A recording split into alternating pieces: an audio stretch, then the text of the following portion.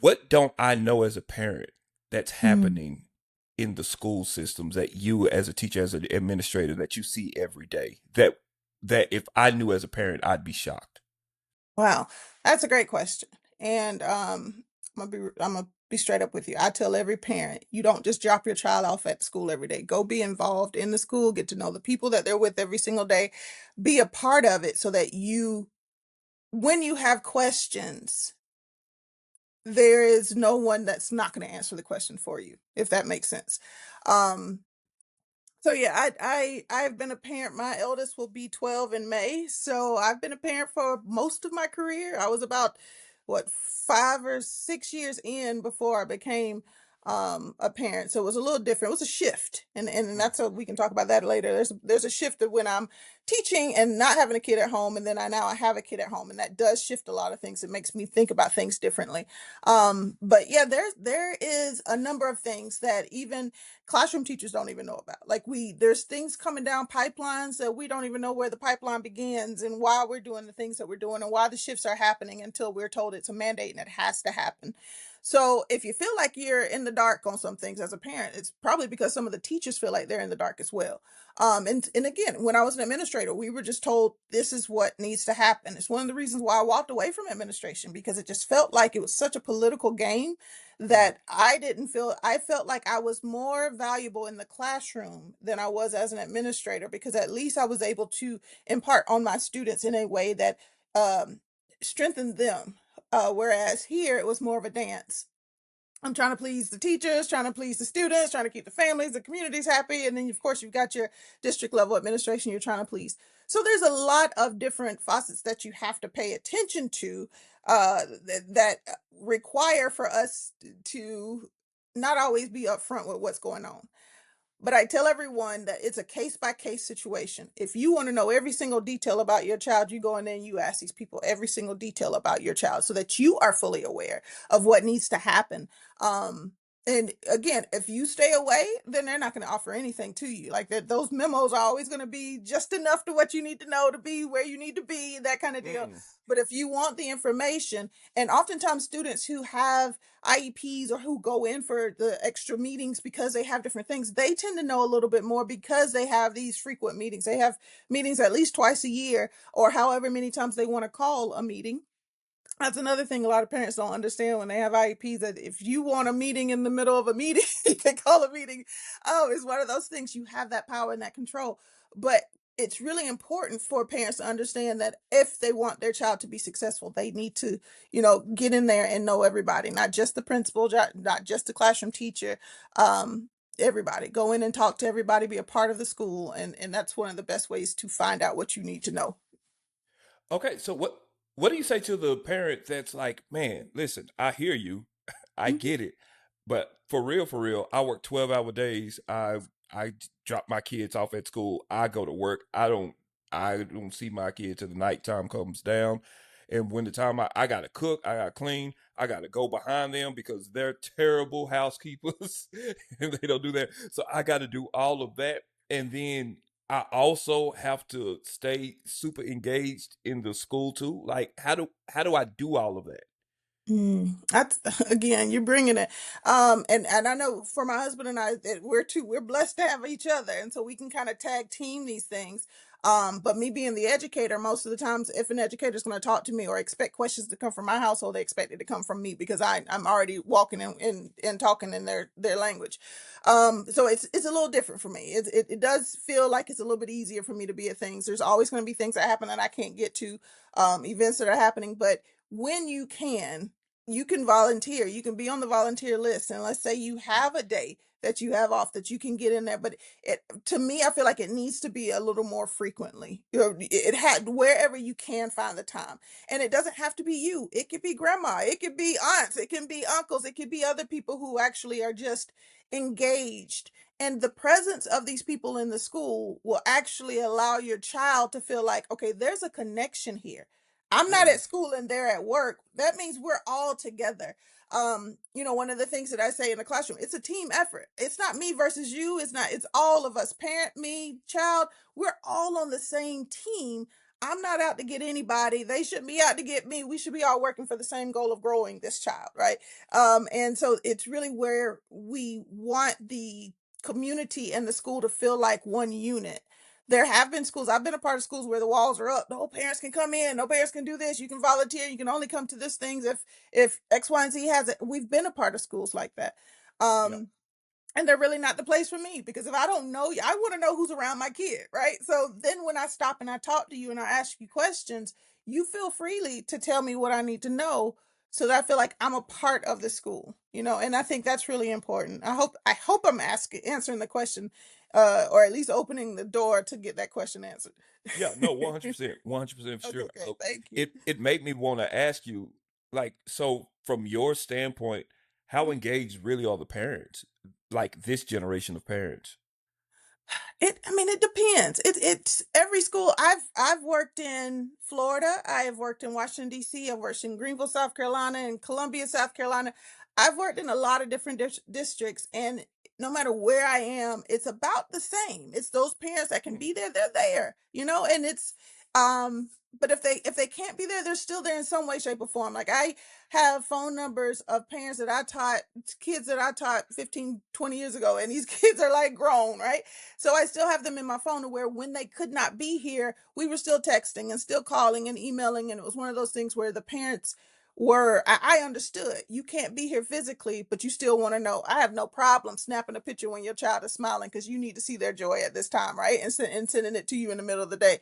It's one of those things where, just making sure that our community is a community at all times. And it's, to me, that's not heavy lifting. I know there's going to be some educator out there that says, oh, I'm not doing all that. That's extra work. But to me, I feel like that allows me to stay on that team and it makes me a team player so that that parent feels like they are connected. And so when that child has a rough day, they don't have a problem calling me saying, hey, we had a rough morning. If you can give them some extra love, they're gonna need a little boost this morning. And I'm right on it, and I don't even talk about the mama text me. Just I don't have to say it. It's just like, there he is. Let me give them that love that they need and just let it keep pushing. They don't even need to know I know what happened. And I've had a number of parents who've done that. And so that we feel like it's a true community. Do you feel like the parent that's like, man, I'm not doing all that. That's a way too much. Do you feel like the kid suffers because of that? You mean the teacher, if the teacher is that way? No. So if the parent is like, Uh-huh. I'm not, hey, I hear you. Village raised a child. No, Okay. I'm good on that. Like, Okay. because well, before I ask that question, is it fair to say that there are parents like that? Mhm. Absolutely. We're Okay. all there. There is, that's the hardest thing about education. I tell, when I'm trying to recruit teachers to this field, it is the greatest job that I've ever had. It is the greatest challenge I've ever had. It is the hardest job I've ever had. And I'm telling you, I was assistant principal, I've been a college professor, but teaching has always had that extra layer of challenge because everyone's different. Mm, And one of the things that I understood long before, like long in my career, I kind of grasped at the idea that the what I know love to be doesn't look the same in every life and in every family. So because that parent can't be there, because that parent doesn't want to communicate with me via text or via phone call, that doesn't mean they love their child any less. oh, that's But good. it doesn't shift my job at all. I still have to teach at high levels for all of these kids, no matter if their parents are fully engaged or if they're not. So I want them to trust that I'm going to do my job no matter what angle you come in. But it's really one of those things where we just got to understand that love looks differently everywhere. Your love might be that y'all scream at the top of your lungs, and some families may never yell at all. It's just we have to understand that it's different for everybody. From what I'm pulling away from what you're saying is that, like on the teacher side, on the administration, on the educator side, that's a better way to say it. Um, you do understand that there's different levels of what parents, what communities can give, but Mhm. um, any level is better than no level. Absolutely. 100%. I mean, if you can just give a little bit, that tells us that you're there, who you are. It's one of the, like, even when you pick your kids up early, if they got to go to a dentist appointment or you just can't wait in the car line today and you got to get them early or whatever is going on, if the school knows your face, like that's really where it starts. Like you are part of that. But if you are a brand new person at the end of the year picking up the child for the first time and they're like, "Who are you?" That's a disconnect, you know. And for me, and even if you think about it with daycare, daycare won't even let you drop your kids off, right? Like you got to walk your kid all the way in and hang up their book bag and speak to the teacher. You got to do all these things when they're that small, you know. Why? And again, you can't physically do that. Schools are too big for every parent to walk in, and it'll take forever to get kids into school if we did it that way. But at the same sense, think of it in that same regard. When they couldn't talk, or barely talk, this is what we did. We had to park the car, get out, and walk them all the way in, and do these things if they went to daycare, so to speak. But now it's like we drop them off, and then I'll pick them up, and they'll tell me how their day was. And I just think we need to do a little bit more. And but I can't tell people, everybody's going to do things differently, and I'm not in the sense of trying to control people or mandate that you need to do this and that to be a great parent. But it's one of those things where if you feel like there's a disconnect, there is a way for you to make that connection. It should already be made before your child comes home and they're like, well, this happened to me at school, and now you're ready to go up to Yeah. tear everybody's head. There should already be some relationship long before that happens, is where I'm coming from. I'm gonna shift gears a little bit, and I want you to be as candid as you possibly can, as your 401k will allow.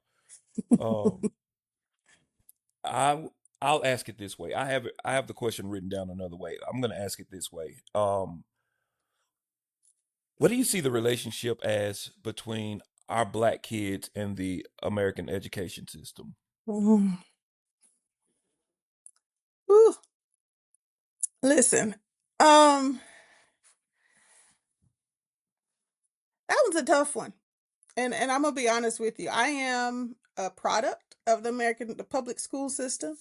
Um, the rural public school system at that. So I will let you know that down in the rural parts of our country, we don't get what everyone gets. My husband actually Mm, went to, if you wanted to break South Carolina doesn't truly have like a metropolitan area, if you will. So, but my husband, if you want to say, my husband actually is from our what we would call our state capital, which is a little bit bigger.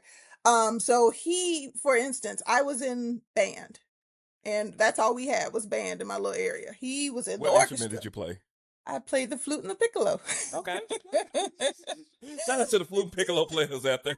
But he was in the orchestra, and I'm like, oh, y'all had strings, good for you. But that was a matter of, we lived an hour away from each other when we were kids. There's these divides where, not that, and I'm not saying anything against, I'm down for bands all day long, not saying one's better than the other. It's just he had an option where I didn't have that option. It's like I he said, see. I'll play strings instead of being in the band. He had more foreign languages than we did. We had science, we had Spanish and French. um and it's questionable about our Spanish. When we were there at school, we were like, okay, she was the social studies teacher last year, now she's the Spanish teacher. Like that was really how it was for what we are. So the rural area is one of those things. And I graduate at the top of my class, I leave there, I go to Clemson, and I'm at Clemson, and I'm thinking I'm smart, and I'm meeting all these valedictorians from all the other rural parts of South Carolina, and we're all in this huge science class together, and we're like, wait a minute, what? Like, what is she talking about down there? Like, she's teaching chemistry. That's not the chemistry we know. And then we realized, like, other Mm, kids were doing fine. It was fine, but we were struggling.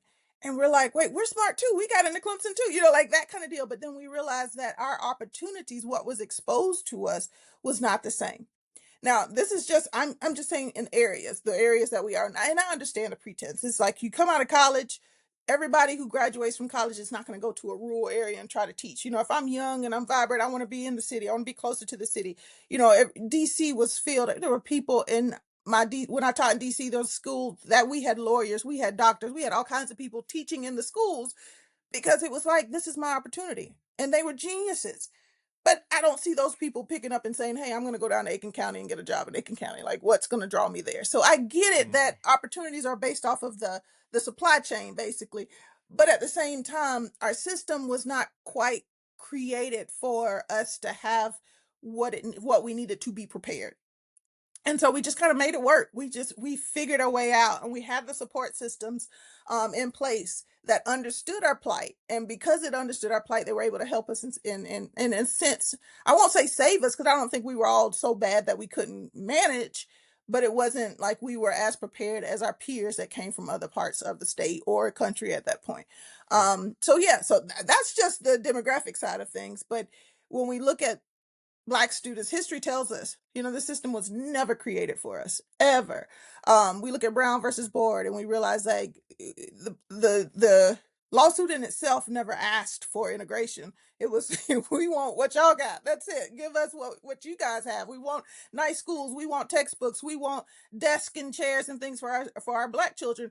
And they gave us integration. And then integration kind of just squashed us down to the bottom in some spaces. It fired our teachers, our Black teachers. It fired our Black principals. These things that happened, we talk about now that the teaching population is majority white women. Well, that's because of Brown versus Board. Like they literally ran off a generation of Black teachers and school leaders because the white principals wouldn't hire them. So Natalie, I we don't want look you at to I don't want you to lose your train of thought. Uh, but that's critical. yeah, I've never heard anybody bring that up like that. Can you talk about that a little bit more? Just of like course. what was the process? What happened?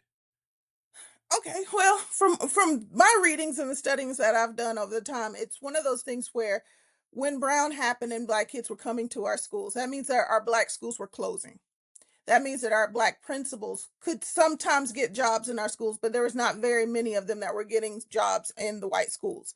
Our Black Mm, teachers were now not, hired in our schools. It was, oh, we already have plenty of teachers. We don't need Black teachers. And every so often, there's stories of that one or two Black teachers that got in one school district here and there. But when integration happened, and it took a while to get there, but while it was happening, you saw the shuttering of Black schools. And again, we Brown versus Board. If you ever sat down with the lawsuit, with the whole document and sat down and read it, you would see that they never really truly asked for us to come together. It was wow. that separate versus equal. That's how really, that's really what it was coming down for. It's like we just want what we need to make sure that our kids have the exact same type of education. So yeah, we lost a generation of Black educators to this. And so when we try to find more and bring them in, and now we're saying, like you see what's happening now where we're saying DEI is, it's bad and trying to bring things in. History has put us into a situation where we have to find ways to funnel people in to diversify our workforce.